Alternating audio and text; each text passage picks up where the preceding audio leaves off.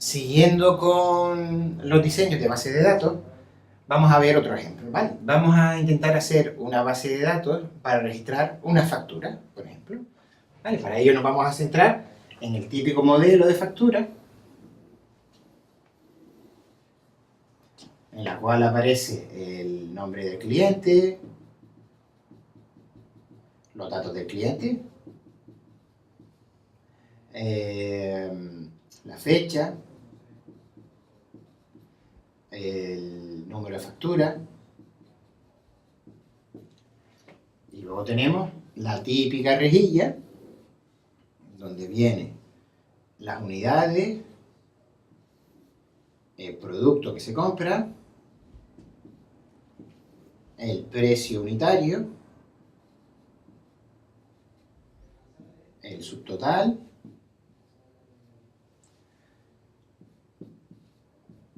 y aquí el total de la factura. Por simplificar, no vamos a olvidar de los impuestos en un mundo ideal. Así que bueno, vamos a suponer que estas son las típicas cosas que queremos grabar. Entonces bueno, a uno lo que se le ocurre es empezar a decir, bueno, vamos a empezar por el número de factura, el nombre del cliente, la dirección del cliente, el CIF del cliente, la fecha de la factura y, como aquí tenemos también estos datos, pues también pondremos aquí unidades,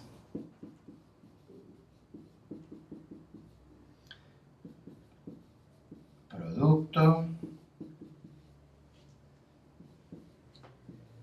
precio, unidad, subtotal y total de la factura. ¿Vale? Cuando uno empieza a diseñar base de datos y le plantean esto, casi todo el mundo lo que suele hacer es algo parecido a esto. Pero esto tiene un fallo bastante gordo, tal y como está planteado. ¿Cuál es el problema? El problema es que ustedes imagínense que sea una persona que compra, supone que una ferretería compra un martillo, ¿vale? A priori no parece haber ningún problema. La factura número 1, el cliente A, con sus datos, un martillo a 10 euros, su total 10, total 10. ¿Vale? Y parece que funcionaría. Pero ¿qué pasa si compra un martillo y compra un escoplo? ¿Cómo registro aquí que va a comprar un martillo y un escoplo? Bueno, claro, porque en unidades, ¿qué pongo? 1 más 1, pongo 2. ¿Qué pongo en producto? Martillo más escoplo. ¿Qué pongo en precio? El precio del martillo, el precio del escoplo. Claro, así no se puede hacer. A lo mejor a alguno de ustedes se le ocurre, bueno, pues lo que hacemos es, hacemos un registro para el martillo y otro para el escoplo. Es decir, registraríamos en un campo esto y en otro registro pondríamos también de la factura 1, también del cliente A con la misma dirección, con el mismo CIF, con la misma fecha, un escoplo que vale 15, total 15, y claro, ¿qué pongo en total de la factura? 10, 15, 25 en las dos. Además, todo esto está repetido en un registro y está repetido en el otro. Aquí hay algo que no cuadra, está claro. ¿Vale? Por un lado, no tenemos cómo registrar de una forma lógica diferentes artículos, porque si aparece una vez sola ese campo, tendríamos que repetirlo muchas veces repitiendo esta información, y aparte hay datos como el total que no se sabría muy bien qué es lo que hay que poner. ¿Cuál es el problema de fondo aquí? El problema de fondo aquí es que en esta factura tenemos datos que van a aparecer una vez. El cliente, los datos, la fecha, el número de factura. Va a haber una ocurrencia, o el total, una ocurrencia por factura, una sola. Pero que hay campos, como las unidades, producto unitario o el subtotal, que van a aparecer muchas veces en una factura. Tenemos datos que aparecen una sola vez y datos que aparecen muchas veces. Cuando se dé esta relación, no se puede hacer una sola tabla que funcione eficientemente para almacenar eso, ¿vale? Siempre que ustedes vean una relación de este tipo, datos que aparecen una vez, datos que aparecen muchas veces, hay que hacerlo utilizando dos tablas diferentes, porque aquí tenemos una relación 1 a muchos. ¿Qué es esto una relación 1 a muchos? Bueno, pues lo que les voy a decir es que vamos a dividir todos estos datos en dos partes. Por un lado, vamos a dejar solo los datos que van a aparecer una sola vez. Y por otro lado, vamos a poner los datos que van a repetirse muchas veces para una factura. ¿Vale? En este caso, borramos y empezamos de nuevo.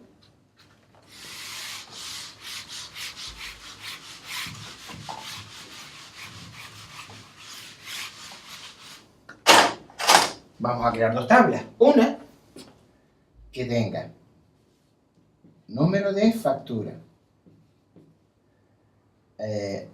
nombre de cliente,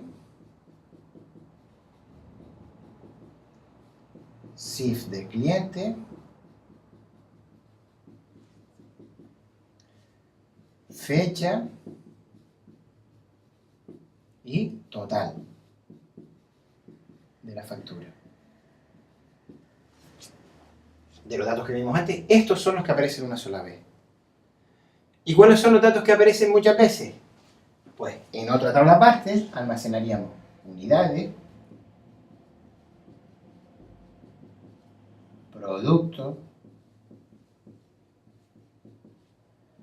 precio unidad y subtotal. ¿Vale?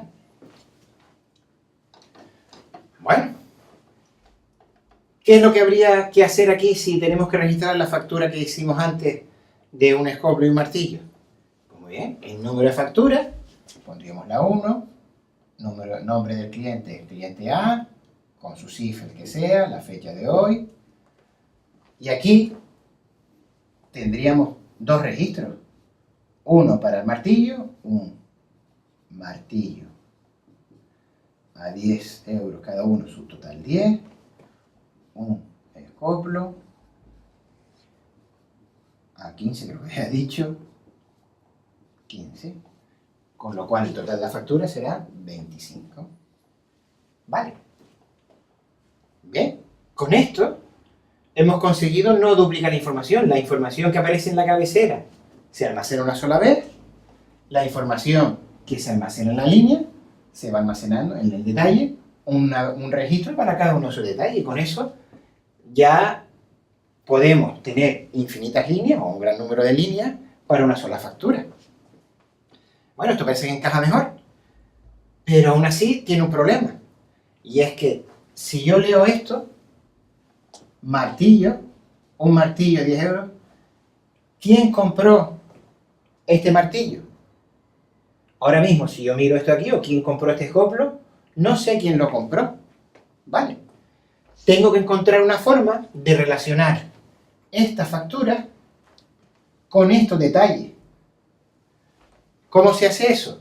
Pues se hace relacionando uno con otro con un campo común. Ahí tiene que haber un campo que se repita aquí y aquí, de tal forma que, dado un artículo, yo puedo saber qué factura es, dado una factura, yo puedo saber qué artículos tiene. ¿Cuál es ese campo que podríamos utilizar en este caso? Pues supongo que ya la mayoría se imagina que el campo clave aquí es el número de factura. Si yo aquí añado el número de factura, en este caso pondría la factura 1, porque es la primera, ya este esquema funciona a la perfección, porque si yo digo, a ver, quiero ver qué se vendió en la factura 1. La factura 1 fue de este cliente tal, y dentro de la factura 1 se vendió un martillo a 10 euros y un escoplo a 15 euros. Si yo quiero saber qué factura es en la que se vendió un escoplo, localizo aquí donde está el escoplo, qué factura es, la 1, y se ha vendido a fulanito. ¿Vale? Si hubiera 15 registros aquí de escoplo, de diferentes facturas, podría recuperar a través de los números cuál es la factura y cuál es el nombre del cliente que ha comprado esos escombros, ¿vale? Entonces, siempre que tengamos un esquema de este estilo, es lo que se llama una relación 1 a muchos. Se solventa creando una tabla para los registros que aparecen una vez, creando otra segunda tabla para los registros que aparecen muchas veces y relacionando ambas tablas por un campo común, ¿vale? Ese campo común es el que va a definir esa relación que decíamos antes de 1 a muchos. Una factura tiene muchos detalles, o puede tener muchos detalles, por eso es lo que se llama una relación 1 a muchos. Para eso, hay que el campo que designemos para comunicar ambas tablas tiene que cumplir el requisito de que aquí tiene que ser único. Es decir, no puede haber dos facturas con el número 1, porque si no, cuando yo vea aquí acoplo factura 1, si aquí hay dos registros con el número 1, no voy a saber cuál es. Entonces, es muy importante que ese campo que relaciona uno a otro en la tabla de 1 sea único, sea lo que se llama una clave primaria.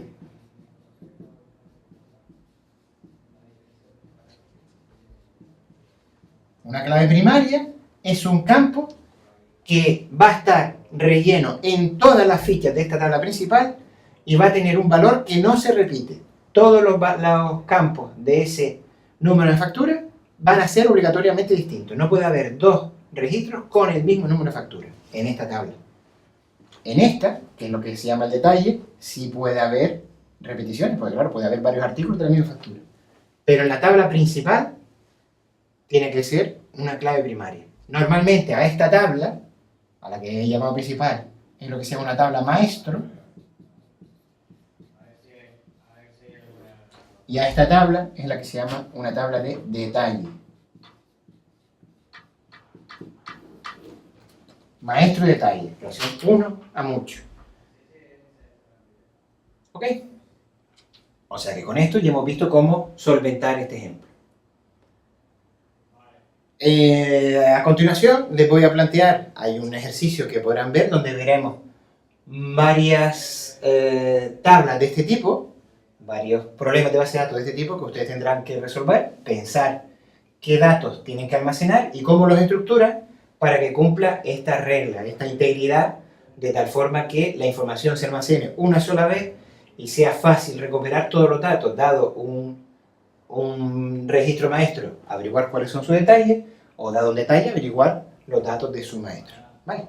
Así que a continuación vayan a ese ejercicio, lo hacen y al final tendrán las soluciones propuestas antes de que veamos otro tipo de problemas de base de datos.